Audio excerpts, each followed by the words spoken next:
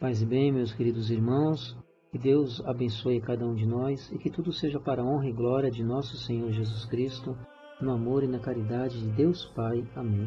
Que possamos orar pedindo ao Senhor que possa iluminar o nosso coração para acolhermos tudo que vai ser dito a cada um de nós. Pai nosso, que estais nos céus, santificado seja o vosso nome, venha a nós o vosso reino, que seja feita a vossa vontade, assim na terra como nos céus. O pão nosso de cada dia nos dai hoje, perdoai as nossas ofensas, assim como nós perdoamos a quem nos tem ofendido, e não nos deixeis cair em tentação, mas livrai-nos do mal. Amém. Ave Maria, cheia de graça, o Senhor é convosco. Bendita sois vós entre as mulheres, bendito é o fruto do vosso ventre, Jesus. Santa Maria, Mãe de Deus, rogai por nós, pecadores, agora e na hora da nossa morte. Amém. Vinde, Espírito Santo, enchei os corações dos vossos fiéis e acendei neles o fogo do vosso amor. Enviai o vosso Espírito, e tudo será criado, e renovareis a face da terra. Ó Deus, que instruíste os corações dos vossos fiéis com a luz do Espírito Santo, fazei que apreciemos retamente todas as coisas, segundo o mesmo Espírito, e gozemos sempre da sua consolação. Por Cristo, Senhor nosso. Amém.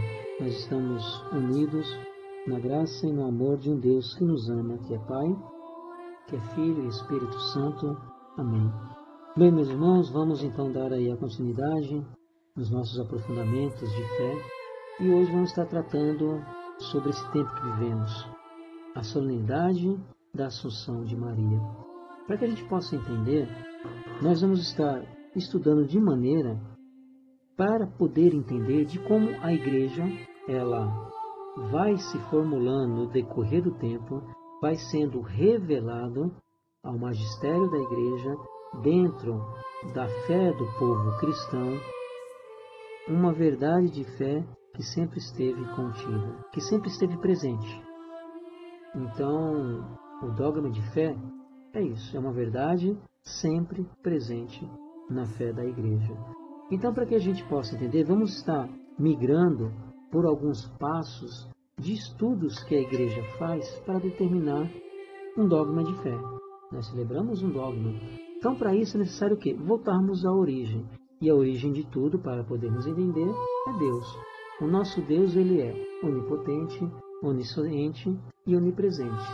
São atributos que nos separam de Deus. Com isso, nós entendemos que tudo pode, tudo sabe e tudo se vê. E tudo ele vê. Isso a nossa razão humana chega aí. Qualquer um, a mesmo um ateu, se falar que é uma pessoa onipotente, onisciente e onipresente, ele vai definir que é uma pessoa que tem todo o poder, é uma pessoa que sabe tudo e uma pessoa que está em todos os lugares.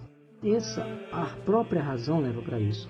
E por isso o Senhor fala que a fé ela pode ser conhecida não tão somente pelo o ensino, conhecimento dela, mas também aqueles povos, aquelas pessoas longe, que não têm acesso ao Cristo, à fé da Igreja Católica, também pode chegar a conhecer a Deus na natureza, que vai estar revelando a Deus. Dito isso, então, irmãos, nós percebemos o quê? Que Deus, sendo onisciente, onipresente, onipotente, tudo ele sabe. Com isso, antes de criar o homem, Deus já sabia que nós iríamos traí-lo. Deus já sabia que nós iríamos negá-lo. Mas por Deus ser amor, mesmo assim, ele nos criou com amor. Mas isso também vem outra afirmação. Sendo assim, e sabendo que existe a história da salvação, se Deus já sabia, antes de nos criar, que nós pecaríamos, antes de toda a criação, alguém foi pensado. Alguém que traria seria a arca da nova aliança. E esse alguém foi Maria. Primeira criatura. Maria foi pensada com todo o amor de Deus desde a eternidade. Um dos documentos que nós vamos estudar é o Munificências Deus.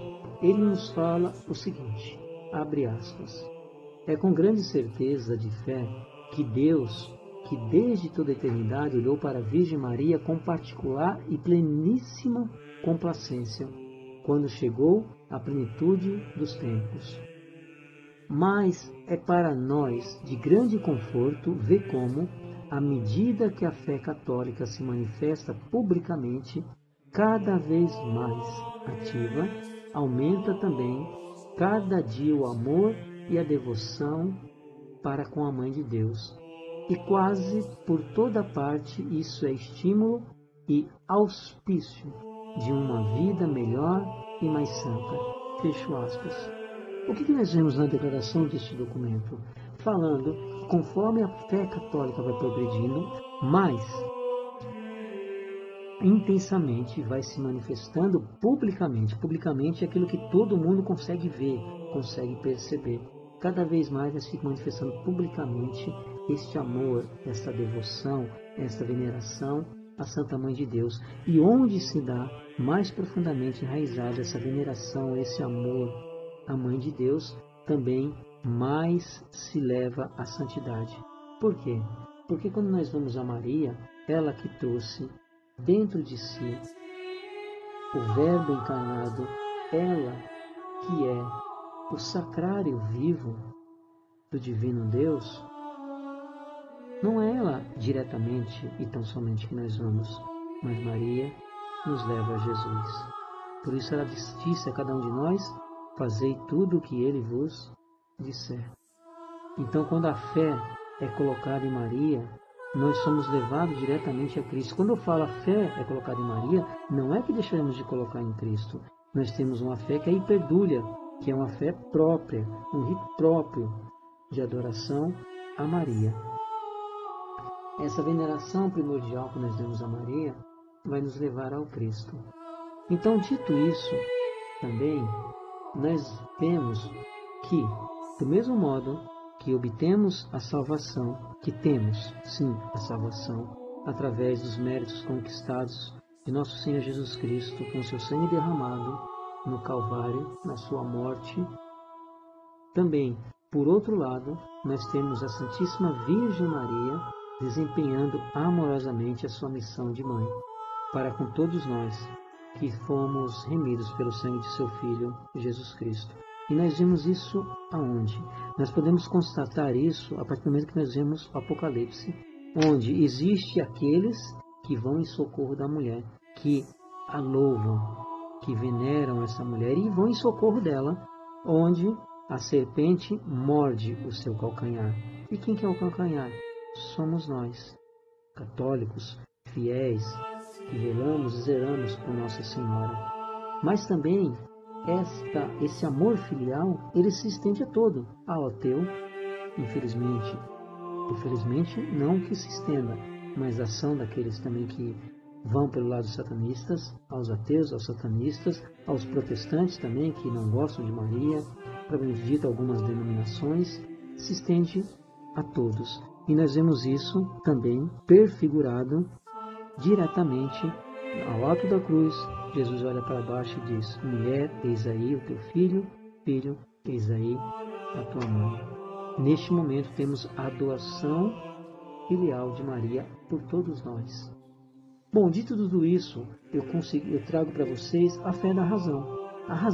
A fé e a razão devem andar juntos. Então, eu trago um entendimento racional de como se vai se formulando a doutrina de um dogma dentro da igreja, porque ele já existe, mais uma vez ratificando. Bom, o que nós celebramos? A Assunção. O que nós temos contra a Assunção? Quando nós pensamos na Assunção, nós pensamos Maria sendo levada pelos anjos, chegando nos céus e depois sendo coroada. Mas é isso? A origem novamente é essa? Não. O que nós celebramos na festa da Assunção da Santíssima Virgem? É a morte. Nós celebramos, nós festejamos a morte de Maria. Mas como assim, Márcio? Sim, nós celebramos que na festa dessa Assunção da Virgem Maria, a Igreja, todo nós, o corpo místico dela, celebramos o fim da vida mortal da Virgem Maria e sua gloriosa Assunção aos céus. Então, entrando aí na questão da morte, o que nós vemos? da morte? Bom, a morte ela não foi empecilho para que se pudesse ser admitida pelos santos padres, pelos padres da igreja, pelos próprios fiéis, os apóstolos. Não, porque vemos que o próprio Cristo, divino, Salvador, Filho de Deus, Ele é Deus, Ele morreu por nós na cruz, também, de maneira semelhante, não existe dificuldade em admitir a morte de Maria. Então, como seu filho faleceu, foi morto na verdade, não faleceu, foi assassinado, nós temos o falecimento, nós temos o quê? A morte excelsa da Mãe de Deus. A excelsa Mãe de Deus morre. Mas esta morte, ela não se finda aí. Ela não impede de crer e saber e viver, como a igreja vive fielmente e firmemente, que o sagrado corpo de Maria não sofreu a corrupção do sepulcro, nem foi reduzida à podridão da carne, não. Maria foi preservada porque ela era tabernáculo divino. Isto é um privilégio dado por Deus. E é um privilégio de Maria, por isso que ela é ave cheia de graça. Ela é aquela qual o Cristo foi gerado, alimentado, protegido e aquecido no seu ventre materno. Ela verdadeiramente ela é um tabernáculo, verdadeiramente ela é um sacrário do Verbo Divino. E não é errado compararmos ela assim. Mas o que concerne a sua morte, nós temos aí uma outra palavra que é a dormição. A dormição que vai se dar, que é, na verdade, a Assunção de Maria. Então, quando falamos da morte, temos aí na Assunção a morte e a dormição de Maria, que é a própria Assunção. Neste ponto, então, nós encontramos a nossa fé que direciona, aponta e confirma que a Virgem Maria, Mãe de Deus, passou deste exílio para o céu por uma preferencial, uma especial providência divina. Então sucedeu que o seu corpo, quando é deixado aqui, o seu corpo, na dignidade recebida por Deus como mãe do Verbo encarnado, ela recebe este privilégio e tem o seu corpo assunto, levado aos céus através da sua dormição. E como nós podemos ver isso no decorrer da história? Então eu trouxe aí a questão da razão, deixa eu escrever, senão a gente vai esquecer depois de pontuar. A questão da razão, a questão da fé, de como entendemos o que é a Assunção, a dormição, a morte de Maria que é celebrada. E temos também agora a construção, que é o depósito da fé, a tradição. Então na tradição vou trazer para vocês os ritos litúrgicos. O rito litúrgico, primeiramente indo à origem, o romano. Nossa igreja é romana. Depois o rito latino, ocidental. E por fim, o último, o rito oriental, o bizantino. Então na liturgia antiguíssima romana, nós vou trazer para vocês aí, e para nós, na verdade é para nós, nessa liturgia a romana, o Papa Adriano I. O Papa Adriano I ele foi Papa aí entre os 772 e 795, então faz bastante tempo. E para a gente poder entender melhor por que eu trouxe ele vai fazer o quê? Ele combate e condena uma heresia. Então um Papa que combateu uma heresia vai trazer uma heresia para a Igreja, um erro para a Igreja. Então ele combateu uma heresia que foi o adocionismo, que nasce através do bispo de Toledo, tá?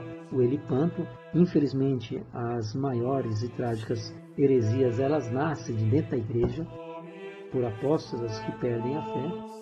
E ele combateu, condenou e combateu. Ele combateu, na verdade, primeiro esse combate, e condenou essa heresia.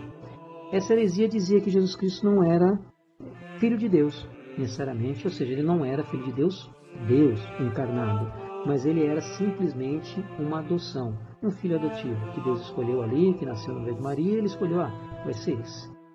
Então, só explicando isso. O que nos fala esse documento, essa liturgia romana? Ela foi escrita pelo Papa Adriano para o Imperador Carlos Magno, que é um nome que a gente conhece. Abrindo aspas, nos fala assim: é digna de veneração, Senhor, a festiva a festividade deste dia, em que a Santa Mãe de Deus sofreu a morte temporal, mas não pôde ficar presa com as algemas da morte, aquela que gerou no seu seio o Verbo de Deus encarnado, vosso Filho, nosso Senhor. O que nós temos aqui? Nós temos aí no ano 772, e isso é uma festa que já se vinha celebrando antigamente, então não é agora, é de 1950, onde um Papa que combateu uma heresia, ele fala que é digna a veneração, a festividade deste dia. Então ele escreveu naquele dia que celebrava, em que a Santa Mãe de Deus sofreu a morte temporal. Então vemos aí novamente a morte de Maria, trazendo com mais profundidade essa relação e falando que ela não poderia ficar presa com as algemas da morte, aquela que gerou no seu seio o Verbo de Deus encarnado, ou seja, a vida. Jesus Cristo é vida e vida em abundância. Então não poderia ela, isso é nos privilégios, a própria razão nos leva a isso, como ela que gerou a vida, o próprio ser divino poderia ser corrompida. O próprio Deus nos fala que não se pode entrar diante dele se não for santo. Então tem que existir a santidade. Ou outra que eu trago para vocês é o sacramentário galiciano, que é do rito ocidental, latino como o nosso, e hoje em dia ele diminuiu, tá? Não é muitas as comunidades que o vivem, mas ainda ele é perene, ele está aqui presente ainda. Ele é do século, a partir do século IV até o século VIII, ele era muito difundido em algumas regiões. Aí, como é galiciano é Galácia, tá?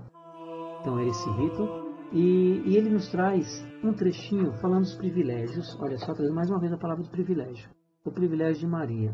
Ele nos fala assim, abre aspas, inexplicavelmente mistério, tanto mais digno de ser proclamado, quanto é o único entre os homens pela assunção da Virgem.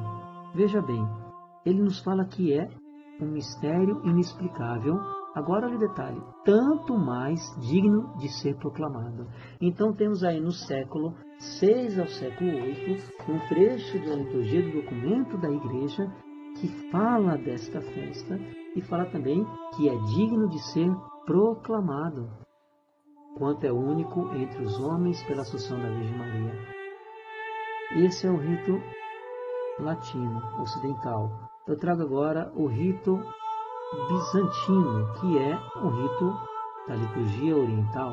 Ele fala sobre a assunção corporal de Virgem Maria. Então saímos pela morte, fomos pela dormição, passando pela assunção de Maria, a dormição de Maria, e ele vai falar de diversas vezes, não só da questão da dignidade de Maria como Mãe de Deus, mas também de outros privilégios. Especialmente relata sobre a maternidade virginal de Maria, e também pelo desígnio singular da divina da providência divina, onde ele nos fala assim, o documento, abre aspas, Deus, Rei do Universo, concedeu-vos privilégios que superam a natureza.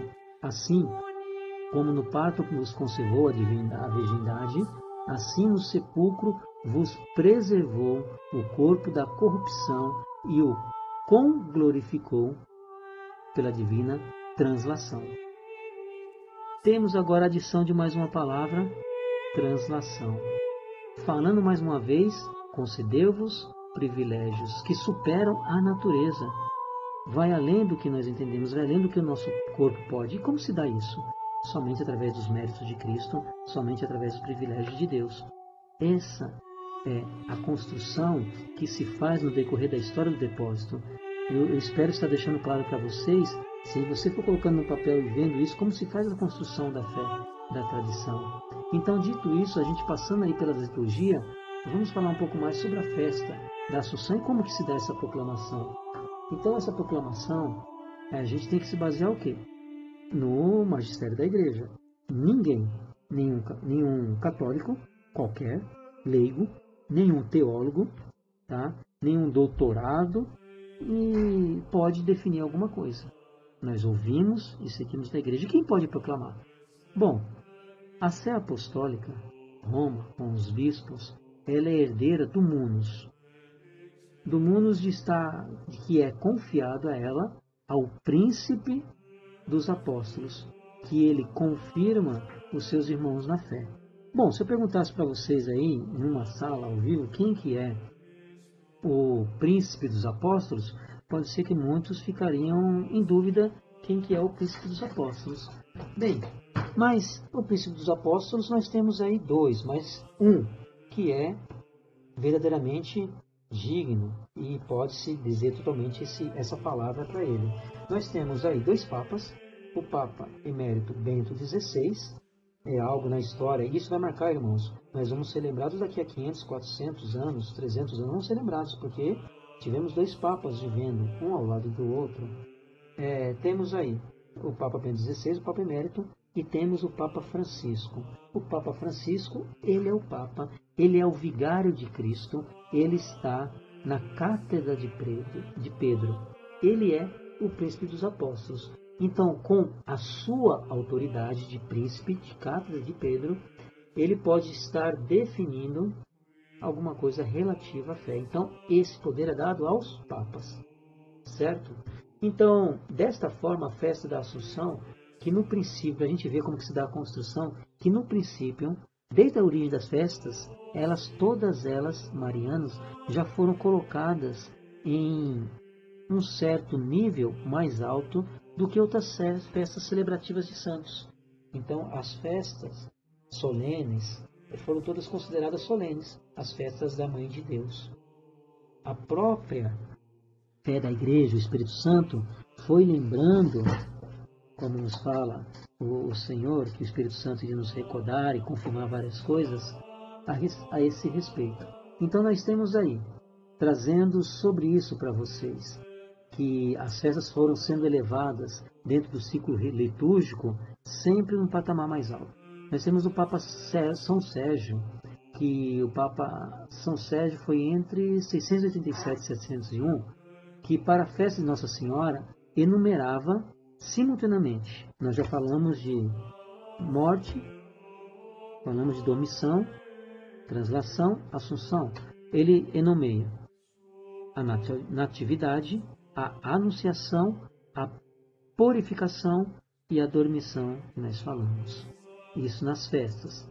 Também nós temos aí o Papa São Leão IV. Ele é Papa entre 847 e 885. Ele vem falar da onde?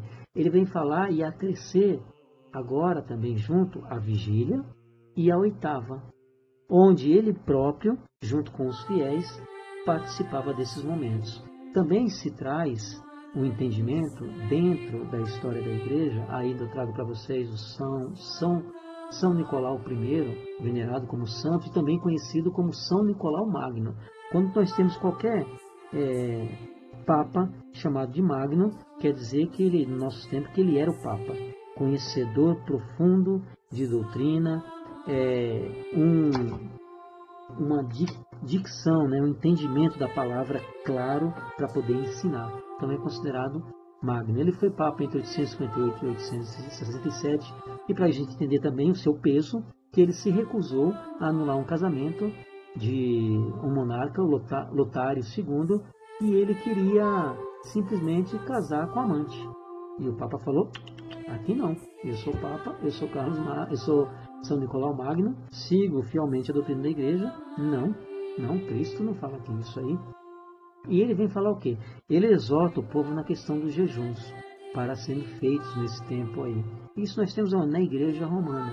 Então essa tradição antiga, ela não se faz somente dentro, como eu trouxe para vocês, da liturgia viva da Igreja. Ela passa pelo magistério e ela vai chegar para outro ponto também. Além das liturgias, como eu trouxe para vocês a latina, a latina e a romana, mas também em outro tipo de tradições, a secular. A tradição secular, a gente vem aí de arqueólogos, e ela vem trazer para a gente alguns pontos. A morte de Maria. A morte de Maria, em um grande consenso, é dada como sendo no Monte Sião. Se traz também um consenso que se deu na casa onde Nosso Senhor Jesus Cristo instituiu a Eucaristia. Teólogos, estudiosos aí da fé e arqueólogos também trazem para esse lado. Os seculares, eles vêm também colocar que a idade de Maria, corroborando também com com os da igreja, se deu aí, alguns falam por volta de 50 anos, e outros colocam Maria com a idade de 60 anos no momento da sua morte. Tá? Como eu falei, a casa é onde Jesus aí instituiu a Eucaristia, e ela fica também em Jerusalém. Então, a dormição de Maria, a sua morte, com tradições antiguíssimas da igreja, se dá em Jerusalém, onde Maria, junto com os apóstolos, teve ali o nascimento da igreja com o vinda do Espírito Santo. Bom, mas também a igreja ensina que Maria, ela não subiu aos céus conforme Cristo subiu, porque Cristo subiu com sua própria virtude, sua própria vontade, seus próprios méritos, porque ele já era Deus. Mas Maria, ela foi levada pela graça e o privilégio que Deus concedeu a ela como virgem antes e depois do parto, como mãe de Deus. E assim nós entendemos, junto com a razão, como se dá a progressão da fé. Tratando-se da autoridade da igreja, somente ela pode, eu não posso, um padre não pode, um bispo não pode, um teólogo não pode, e nem um santo pode definir isso é uma verdade de fé cadamente. Então, somente o Papa com o colegiado, nós temos aí a ação do Espírito Santo. A ação do Espírito Santo, que foi permitida aos sucessores de Pedro, ele vem não para criar novas doutrinas, como nós vemos hoje, borbulhando na igreja, não. Na igreja, quando eu falo, não é no colegiado, mas sim teólogos por aí, alguns padres que vêm com algumas ideias aí totalmente contrárias ao magistério da igreja, à tradição da igreja. Mas ela vem para expressar, verdadeiramente, fazer assistência de se guardar fielmente a revelação transmitida pelos apóstolos, que é o depósito da fé. Então, pelo magistério da igreja, que ele vem definir com a ação do Espírito Santo, que é o Espírito da verdade, e, portanto, ele ensina absolutamente tudo sem nenhum erro.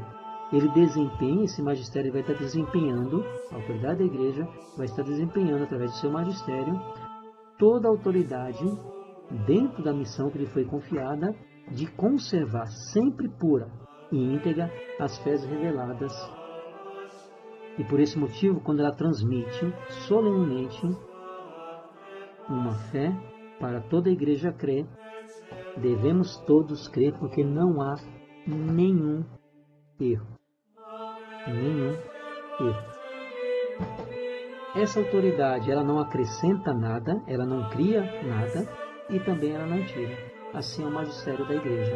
Então, o nosso Deus, que é o nosso Criador, que é o Rei dos Reis, o Deus Onipotente, o Deus Onisciente, Deus Todo-Poderoso, que tudo pode e cujos planos de providência são cheios de sabedoria e de amor que nós não conseguimos entender, no seu sacratíssimo coração, nos seus desígnios, ele anda pelas nossas vidas com maneiras diversificadas em diversos momentos da nossa vida, momentos de dores, momentos de alegria, de conquistas, para levar todos nós de maneiras misteriosas, onde tudo coopera para o bem daqueles que amam a Deus. Então, irmãos, quanto à Assunção corpórea ao céu de Maria, já poderia ter sido definida antes dessa data, mas Deus faz tudo como Ele quer. Então, ela está presente na doutrina. Por estar, deixa eu melhorar aqui. Então, esse dogma ele poderia ser definido por quê? Porque ele está corretamente dentro do magistério ordinário da igreja. Ele é consonante, ou seja, ele é igualitário. Ele é fiel. Ele também está igualmente presente na fé do povo cristão, na vivência. Essa é a tradição. Então, aquela questão do mar da vivência, onde nós vimos que onde Maria foi se colocando a sua devoção, mais e mais santos foram afluindo. João Paulo II era um devoto de Nossa Senhora. Então, nós vemos também aí no magistério da igreja e na fé do povo. Então, aí o magistério da igreja, ele pode agora sustentar e dirigir e, por esse modo, se manifestar de modo certo e imune, sem erros. De qual? Ou seja, de total privilégio, que é verdade revelada por Deus, contida no depósito divino de Jesus Cristo. E esse depósito ele confiou a quem? A igreja. E a igreja guarda fielmente, infalivelmente, o que ela declarar. Bom, dito isso, nós temos o quê?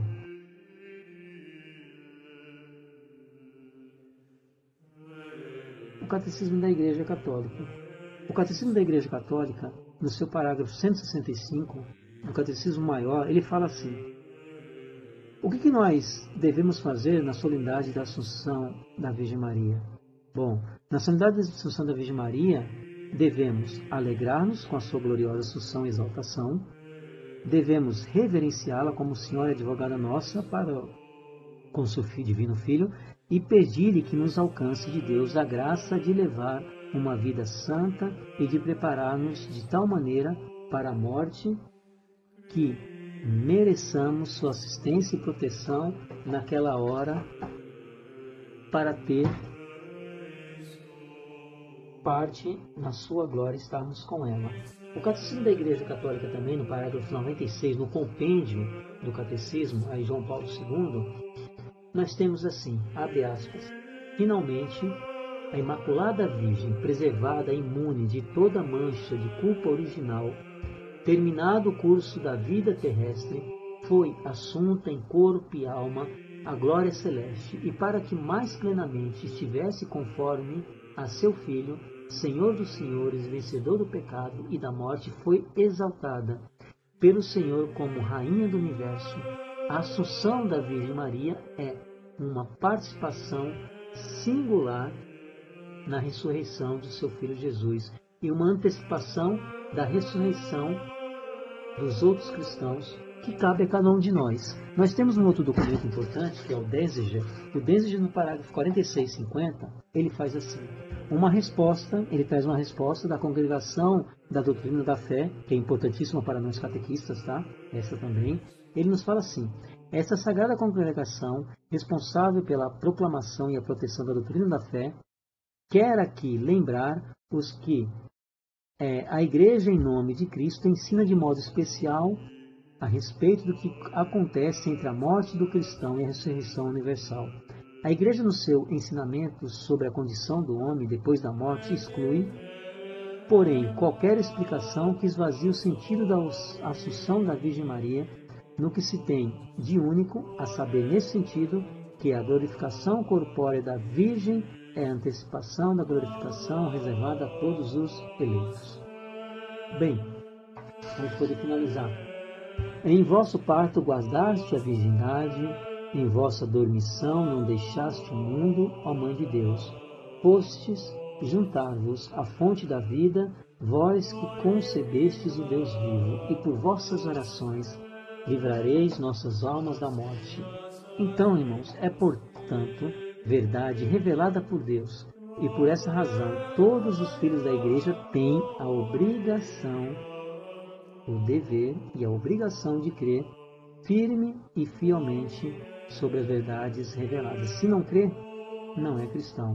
Abre aspas, o documento nos diz: temos obrigação de crer com fé divina e católica todas as coisas que se contêm na palavra de Deus escrita e transmitida oralmente, e que a Igreja, com solene definição ou com seu magistério ordinário e universal, nos propõe para crer como revelados por Deus. Bem, em 1950, eu deixo para vocês aí agora o dogma de fé que foi proclamado. Nos fala assim: com a autoridade de nosso Senhor Jesus Cristo, dos bem-aventurados apóstolos São Pedro e São Paulo, e com a nossa, pronunciamos, declaramos e definimos ser dogma definitivamente revelado que a Imaculada Mãe de Deus, a sempre Virgem Maria, terminando o curso da sua vida terrestre, foi assunta de corpo e alma à glória celestial. Então isso foi definido. E ainda fala assim, que Deus não permita ousar voluntariamente alguém de negar ou pôr em dúvida esta definição, saiba que naufraga na fé divina e católica. Todos aqueles que negam isso, irmãos, eles estão saindo, eles naufragaram, ou seja, eles se afogaram na fé, perderam a fé e não é mais católico. Devemos crer piamente. A ninguém, pois, seja lícito infringir esta nossa declaração, proclamação e definição, ou temerariamente opor-lhe a contrariedade. Se alguém presumir em tentá-lo, saiba que incorre na indignação de Deus onipotente e dos bem-aventurados apóstolos Pedro e Paulo. Ocorre indignação e revolta contra Deus. Temos aí a solenidade declarada. Bem, meus irmãos, Deus abençoe cada um de vocês. Espero que tenha sido claro, foi um pouco corrido, e até a próxima, se Deus assim permitir. Estivemos reunidos no amor de Deus, que nos ama, que é Pai, Filho e Espírito Santo.